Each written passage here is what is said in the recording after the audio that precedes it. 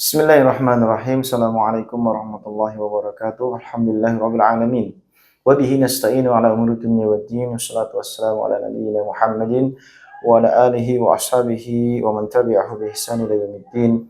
Asyhadu an la ilaha illallah wahdahu la syarikalah wa asyhadu anna sayyidana Muhammadan abduhu wa rasuluhu la nabiyya wa la rasulahu ba'dah.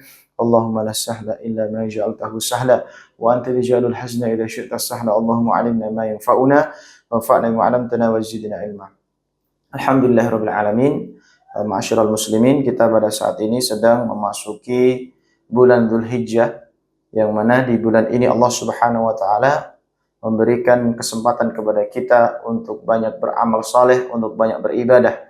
Bahwasanya di bulan ini terkumpullah induk-induk ibadah, di mana kita diberikan kesempatan oleh Allah Subhanahu wa taala untuk melaksanakan salah satu ibadah yang sangat mulia sekali, yaitu disebut dengan udhiyah. Udhiyah ini atau dikenal dengan kaum muslimin di Indonesia dengan ibadah Idul Kurban atau ibadah kurban atau menyembelih hewan ternak yang ditujukan untuk ibadah kurban. Ma'asyiral muslimin, kita hanya ingin sekedar mengingatkan kembali bahwa kurban ini merupakan ibadah kaum muslimin yang sangat mulia, yang sangat tinggi derajatnya di sisi Allah Subhanahu wa taala. Bahwa Allah Subhanahu wa taala berfirman di dalam surat Al-Kautsar, "Fashalli li rabbika wanhar."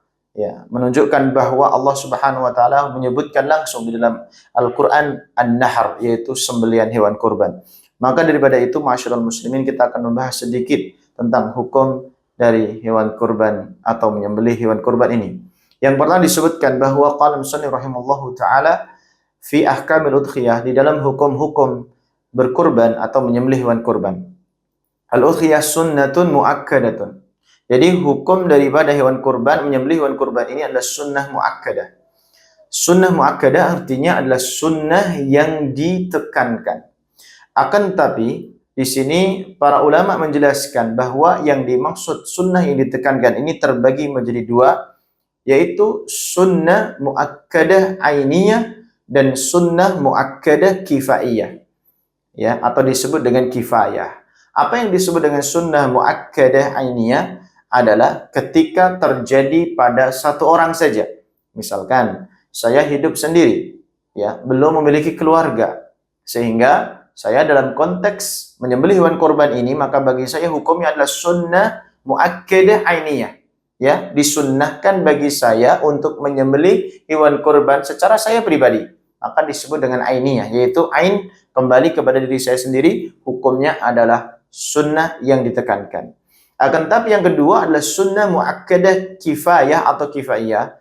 Jika saya sudah memiliki keluarga, maka status sunnah yang ditekankan ini menjadi kifayah. Apa yang dimaksud sunnah muakkadah kifayah adalah ketika saya telah menyembelih hewan kurban, maka gugurlah kesunnahan bagi anak dan istri saya, bagi orang tua saya, bagi saudara saya, bagi cucu saya, dan semua yang ada di dalam keluarga atau naungan di dalam proses penafkahan dalam keluarga saya.